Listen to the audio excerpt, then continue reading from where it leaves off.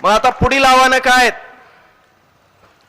ऊसतोडी बंद करायची म्हणजे आता इथं शेतकरी आलेत, आता त्यांनी हातही वर केलाय, इशाराही दिलाय ऊसतोडी बंद करायची आहे. परंतु भावकीची ऊसतोडी बंद कशी करायची? मेन मुद्दा आहे, भावकीची ऊसतोडी बंद कशी करायची? आम्ही नशीबवान आहेत, आमच्या इकडे भावकीनं आपापसात भांडण न करता ऊसतोडी बंद केली. तुमच्या इकडे दुसऱ्या प्रकारचा कारखानदार आहे, लोकांना वाटतंय थोडा बरा आहे, त्यामुळे तुमचं आव्हान मोठं आहे. त्याच्यानंतर पुढे काय होतं? नंतर वाहतूक बंद करायची.